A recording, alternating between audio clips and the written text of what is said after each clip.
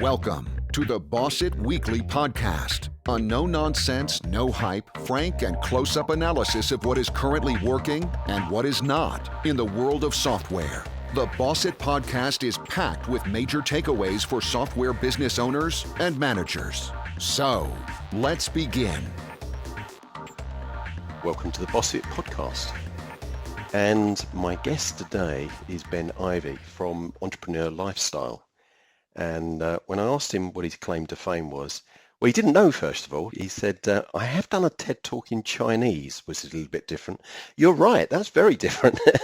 He did a TED Talk in Chinese, which was how to be more fulfilled in life. Ben, welcome. How comes you were talking in Chinese on such a subject?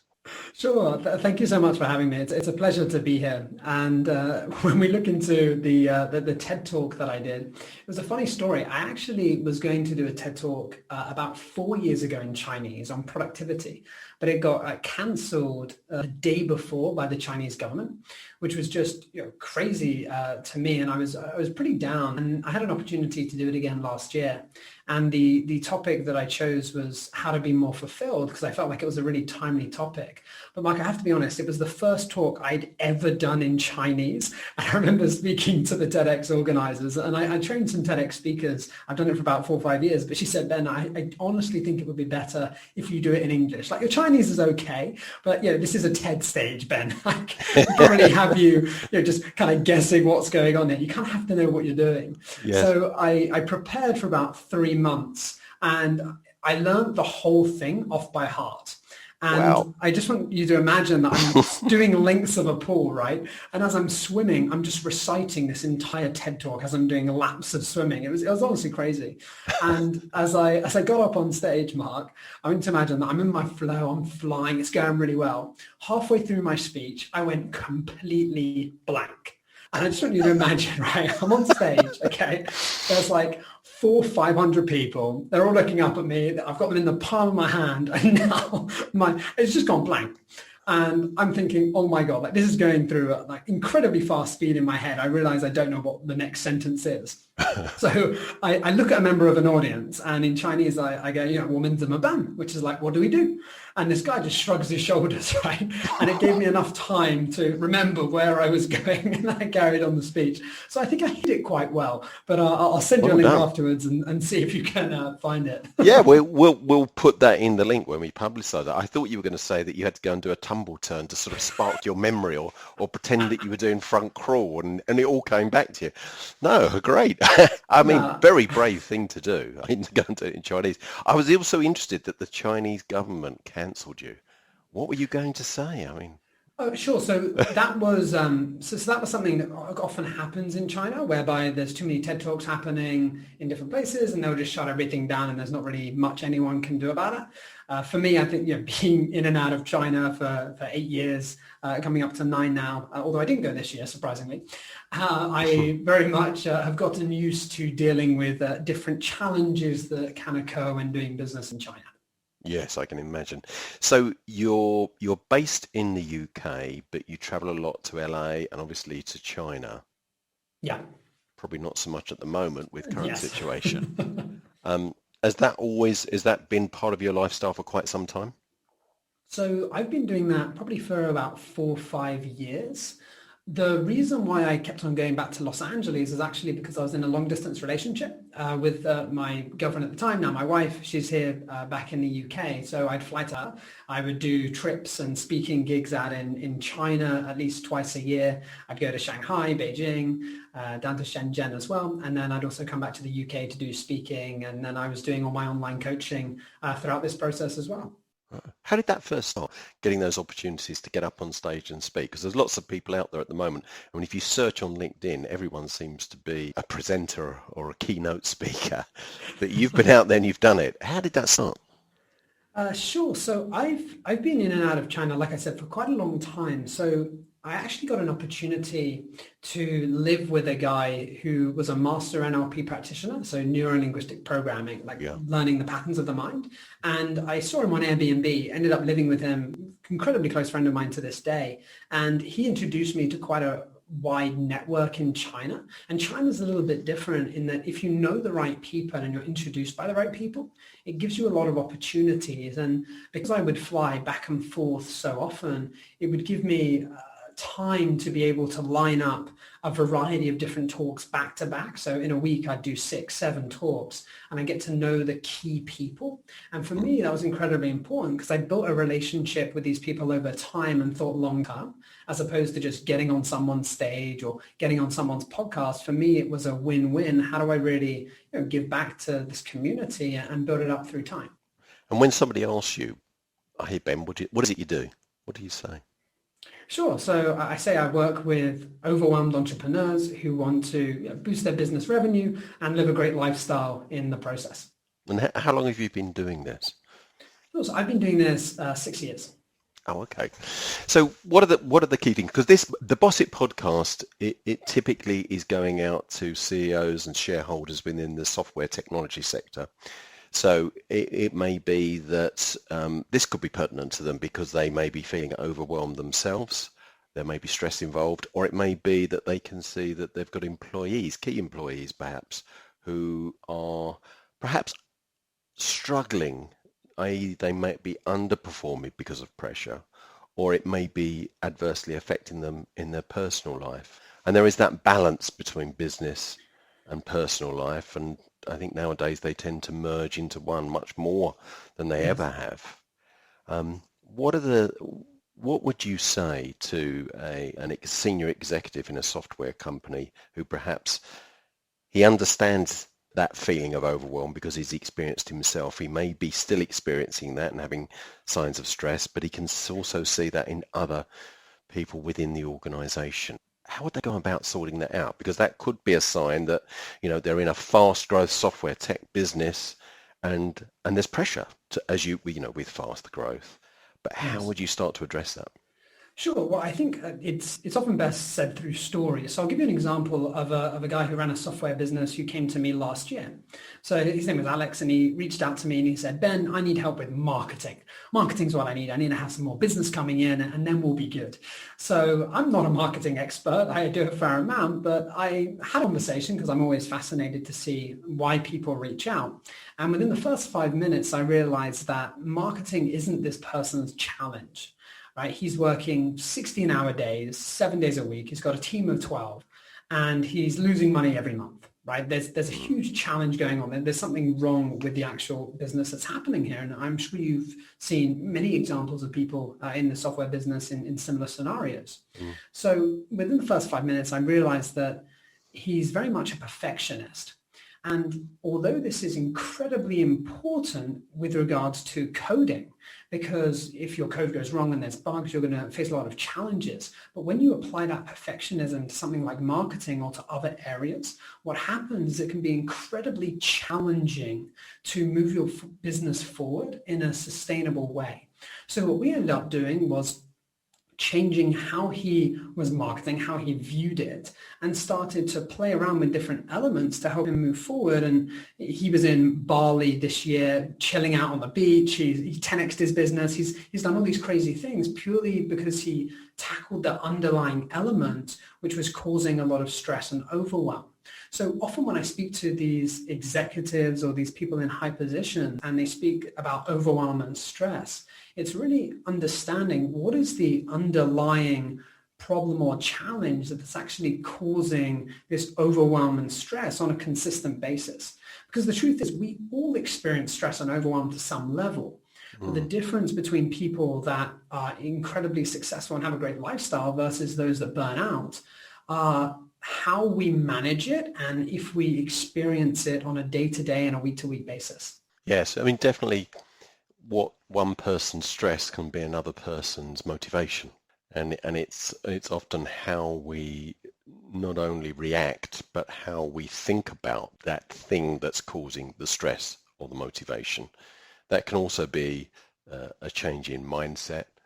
It might be also in being able to sort of step back from the issue and look at it from a different perspective. Where do you usually start with somebody who's come to you and saying that that they're just feeling totally overwhelmed? Because that that feeling of overwhelm often manifests itself, and it can be with some people that it creates them to freeze, to not know what to do Yeah. and not do anything.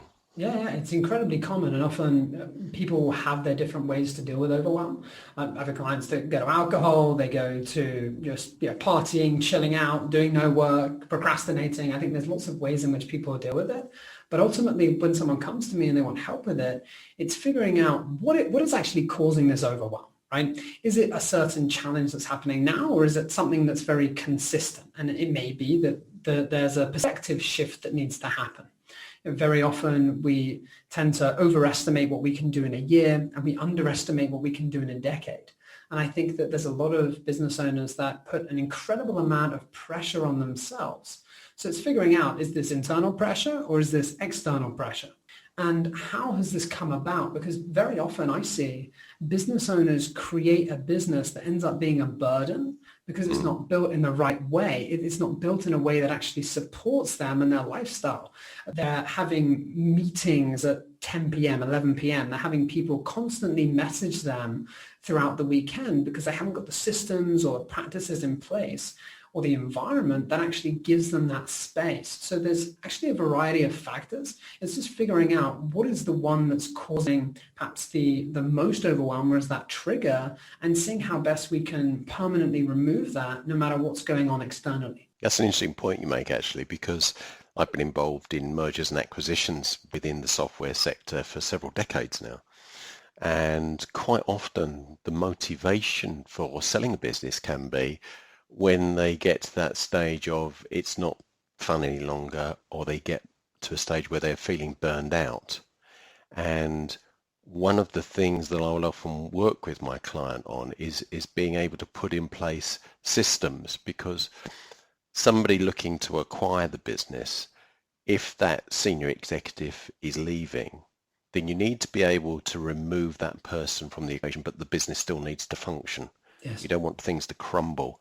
And the funny thing is that in doing that, and in looking at your business in a different way, and realizing that you mustn't be an integral cog within the business. Yes.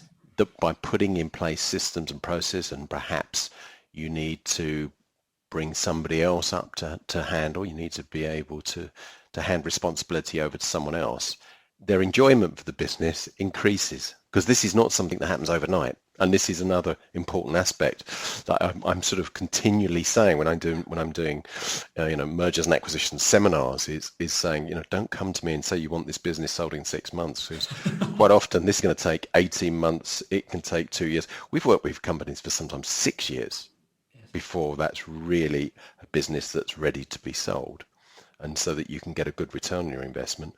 But during that process, I can see the stress levels reducing. And I think partly that's also having somebody else there that they can share some of these issues with, and putting systems in place. And towards the end, I've often have clients saying, I'm quite enjoying the business now. I'm not so sure about selling it, which is always a bit frustrating for me after I've put in quite a lot of work. Yes. Fortunately, typically they will follow through on that. But I can very much relate to what you're saying there. Is looking at what's causing the stress, and by putting in place new processes and changing things. What do you do?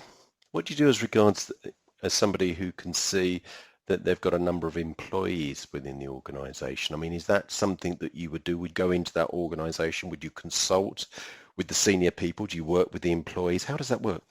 Sure. So I'll give you an example. Last year, or maybe it was the year before, I went to Maersk, one of the large shipping companies out in China, and I was working with their senior leadership team because they were feeling incredibly stressed. And when you're managing teams of 30, 40, I think one of them was managing a team of 60, it's a lot of stress for a manager to have. You literally have your own mini business there with the department that you run.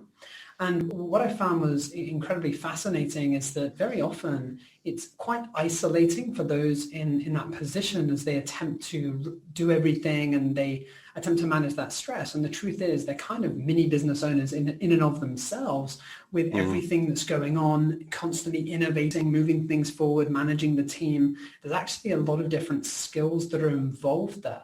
So I find what's incredibly fascinating as an example is someone will have a reaction to stress. And an example in China was a guy called Michael, and he would get incredibly stressed and angry at his employees. So what would happen is he would get angry, they wouldn't share, and now suddenly there's not that transparency. And very often figuring out how your employees react to stress and what happens in those sorts of environments is incredibly important. And there's lots of different team building activities and things like that, which I do think certainly have their place to bring the team together. But I think what's also important is as a business owner to have those conversations that sometimes people don't want to have because it shows vulnerability, where you can actually get down to the nitty gritty of what's going on. I also think being able to support those people with their own coach or having someone outside of the business as well is of paramount importance because it helps them gain that perspective and has someone that they can actually speak to one-on-one to really help them move forward. How do you get people within the business to be open enough to discuss how perhaps somebody else's behavior makes them feel? Because I guess that is also an important element of this. Yeah. I think it's incredibly important to have a skilled facilitator for those sorts of conversations so that they can move the conversation and direct it accordingly to best help people move forward.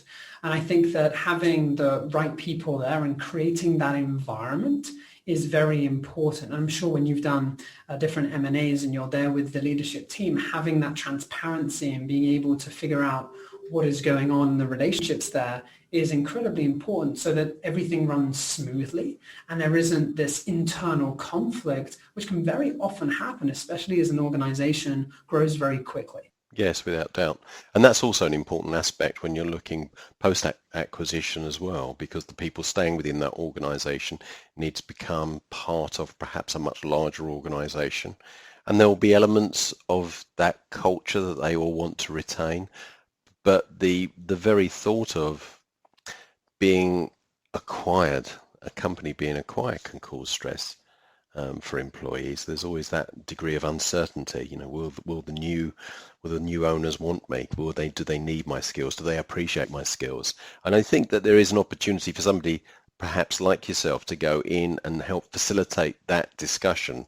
Could be very beneficial as you make that cultural integration. An interesting idea. When you engage with a new company, if you've got a company and they want you to look at and work with the senior management plus a number of the other employees, where do you start from? Sure. So I'll give you an example. So HSBC reached out to me later on last year, and they wanted to work out how best to prepare their employees for the changes that were going to occur. They would have never seen, COVID was happening as an example, but being able to have the talk, I believe it was, riding the wave of change, was incredibly important. And I think what's paramount is that as any facilitator going in, you've got to be able to be aligned with what the business owner wants. Like, what is it that they require from an outcome perspective, and looking at all the options there to best facilitate that, whether that is doing a couple of small workshops, whether that is working one-on-one, whether it's bringing in multiple trainers, gaining different perspectives, and figuring out the different elements that you have there to really create something that allows the organization to move forward as this single organism where the culture and the values are aligned, as opposed to being pulled in different directions. Do you ever get pulled into an organization where communication internally is broken down and there's conflict internally? Absolutely. I think it's incredibly common where conflict occurs in any organization. And I think what is incredibly challenging is figuring out how do you, as a facilitator, someone who doesn't know this organization well, build enough rapport with people whereby you can have those conversations and facilitate that. And if I'm honest, that is probably the most challenging part of what any facilitator has to do, is how do you create that bond with someone who is often quite unsure about why you're there. Are you watching them? How is this going to affect my pay? Am I going to get fired? And there's so many questions there that being able to have that authentic, honest conversation, actually connect with someone on a different level, is actually one of the best things you can do to really help bring that organization together. I can imagine that, you walking into a room and you're 20 people with their arms folded staring at you, unsmiling.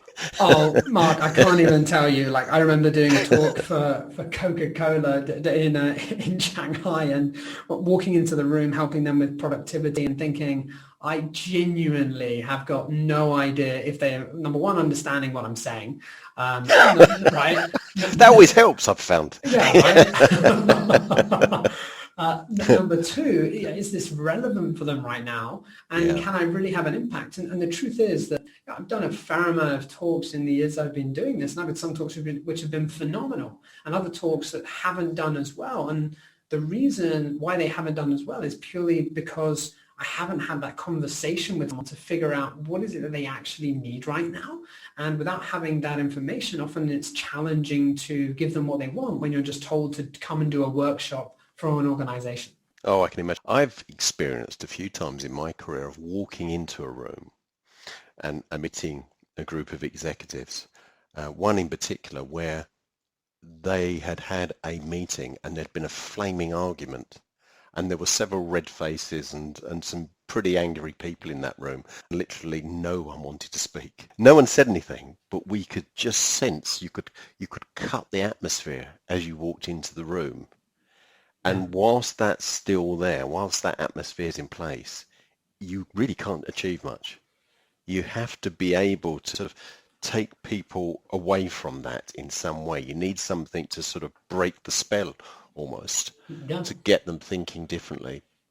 Yeah, I think managing people's state is incredibly important. And it was funny, actually, one of the things that I tend to do with those types of organizations, or much larger, I was speaking about the HSBC one earlier, and when I did the keynote in December, what I did was come up with a few different fun challenges that would make people just go completely out of their comfort zone. So you just imagine, I've got all these execs, people flying in from different countries. There's hundreds of people in the room, and I'm telling them to do pretty much a dance off, right? Like a ridiculousness off. It's like dancing more ridiculous than the person next to them, and it's utterly strange, completely different for them. But it gives them an opportunity to just do something different and push themselves in a different way. And I think that when you help change people's perspectives, that it's not me versus you, but it's us working together, I think that's an incredibly important element. But as you were saying, managing their emotional state, being able to uncast a spell, it's incredibly important. Humour can work sometimes, can't it? It can sort of be that spark that changes the emotional state. I remember one organisation many years ago, there was a team of very senior salespeople they'd recently changed their car policy at the time, whereas in the past they were able to have sort of 4-door family type cars. They had 2-door cars, and a lot of them were quite annoyed about it because they had family and it was very, very difficult. And I arrived early, and one of the salespeople had been put forward as a spokesperson to argue the case. And he actually argued the case very, very well and explained it very, very well. But you could sense the frustration and anger on both sides. Mm-hmm. And he summed up and he said, and I want to know, why is it that we're being forced to have 2-door cars? And the senior executives there said, it's because we couldn't find 1-door cars. And actually, the response was so fast, everybody laughed. And then the spell was broken, and then things relaxed. But yes, it can be tough. Yeah, I couldn't agree more. I think humor is one of the best tools to be able to help manage people and do the right thing. But once again, I think being able to understand when is the right time to use humor is important, because if you don't have that foundation, it can backfire. What are the benefits? What are the success stories that you've seen in those changes when you've been able to go in there and reduce the stress, increase communication, reduce those feelings of overwhelm? What typically are the changes and benefits that you'll see within the company? Well, I think typically it comes in a variety of different forms. Often you have employees that are feeling more relaxed, they're communicating more, and very often that affects the bottom line. Things start to move forward. And an example is I work with an education company, and the founder was called Jubei out in China. And one of the challenges she had is bringing together these different teachers that she was having, because often they're very creative, but they don't have this clear communication of like following a structure. And that was incredibly challenging for her. And being able to focus on the right team, being able to have those fun activities whereby people connected just allowed her to take a step back and actually give responsibility to different people, where she started focusing on the 20% of the business that was causing 80% of the revenue. She started massively increasing her business success and also chilling out in the process. And I think that's the real golden outcome that I'm looking for. It's to boost the business success and allowing the founder to live a better lifestyle, chill out more in the process. And I think when you get those working in combinations, it is a fantastic outcome to achieve. What would be some takeaways that somebody could take from this podcast if they're running a software company, got a number of employees, but they think that they probably need to make a few changes to get the best from the people and to make their life more enjoyable actually as part of that organization? What are some tips that you could give to us on this podcast? Well, I think one of the most important things is to have an outside perspective, whether that comes in the sense of a consultant, a facilitator, a trainer, whatever that is for them. I think it's incredibly important to have that outside perspective to help you see everything in a different way. Often a mentor who's been there and done that, I think is important. Obviously, what you do with regards to M&A, I think being able to figure out what your exit plan is, preparing for that, putting the right systems in place is incredibly powerful. And I think ultimately it's that self-awareness. It's figuring out what is causing this stress and overwhelm or whatever I'm experiencing, and then how can I actually overcome this as opposed to it being a perpetual problem that I keep ignoring. Excellent. Really good tips. Have you written a book, or are you about to write a book? Because nearly everyone I've had on the podcast recently has been an author. That seems to be very, very popular at the moment. So I actually wrote one book last year, but I didn't publish it. I just wrote all the articles for it. Okay. And I decided that I wanted to wait because I just didn't feel the timing was right. I've done a lot of online courses and creating things that I thought would be more impactful. I see a lot of authors creating it as a positioning piece. Yes. And for myself, I feel fortunate that I've had a lot of opportunities anyway. So I thought my time is better spent with clients, marketing, impacting people, than diving in depth. That said, I will probably do a book over the coming years. It's just figuring out when the timing is right. So what type of issues will people have and perhaps should be thinking of contacting you? What are the things that may sort of just spark their awareness that they might need some outside help? Because a lot of the time, being in business is always a case of overcoming the next problem, and a lot of it typically they will try to do that internally. When do you think that there's the sign that they need to reach out for you? I often have people reach out to me when they reach a business plateau, they are feeling like they're about to burn out, or they're just reaching the end of their tether. That's some people do that. Other people like to be more proactive. They want that extra perspective from the overwhelm and stress side of things and reach out more proactively. And I think ultimately, if someone's listened to this, I've done a fair amount of podcasts over the past few months. And I think that if it resonates, people can reach out. And I'm sure it's similar for yourself. People reach out from a variety of different standpoints. It's just finding someone that resonates with you. And you can have that authentic relationship with, I think it's really a friendship, especially when you work with business owners, and then ultimately helping them to achieve what it is that they desire. Very true. Yeah, I think that's right. I think the podcast is a very good medium because within 30 minutes you can sit and listen to somebody and you can start to get a feel for what they're really like and whether you would get on with them, because I think that's a very important aspect whenever you're going to be working closely with somebody. And there will be some people listening to this podcast and they'll be thinking, well, I can't work with him, i.e. me. And that's good as well. You will get both. Some people will like the way, they like the sound of your voice and the way that you work and some of your ideas, and others won't. You won't be able to please everybody, but it's a little bit of a filtering system as well, and I think that works for both parties really well. So that's one of the reasons that I'm keen on podcasts, and it's nice to be able to speak to people, with their own specialist skills like yourself. It's been useful and interesting talking to you today. If somebody does want to reach out to you, Ben, what's the best way to get hold of you? They can reach out to me on most social media if they type in Ben Ivey, I-V-E-Y. I'm not a plant.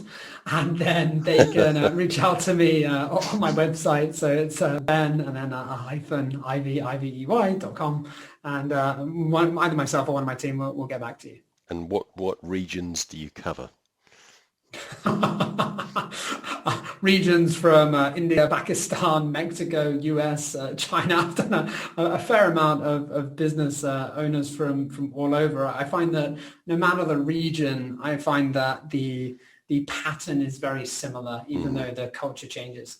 Super. Well, it's been great to have you on the podcast today, and we'll be sending this out over probably in the next couple of weeks. And if there's anybody out there that has identified with any of the problems that we've covered today, then reach out to Ben, and I'm sure he'll be able to help you. Thank you for your time today, Ben. Thanks for coming on the podcast, and it's been great to meet you. It's been an absolute pleasure. Thank you so much for having me. I love what you're doing. I think it's fantastic with the M&A, especially nowadays, and I look forward to chatting to you soon. Super. Thank you very much, Ben. That's been the Boss It podcast, covering overwhelm, stress, procrastination, a lot of topics in that.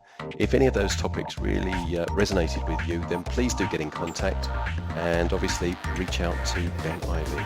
Until next time, keep safe, keep focused. Thanks very much.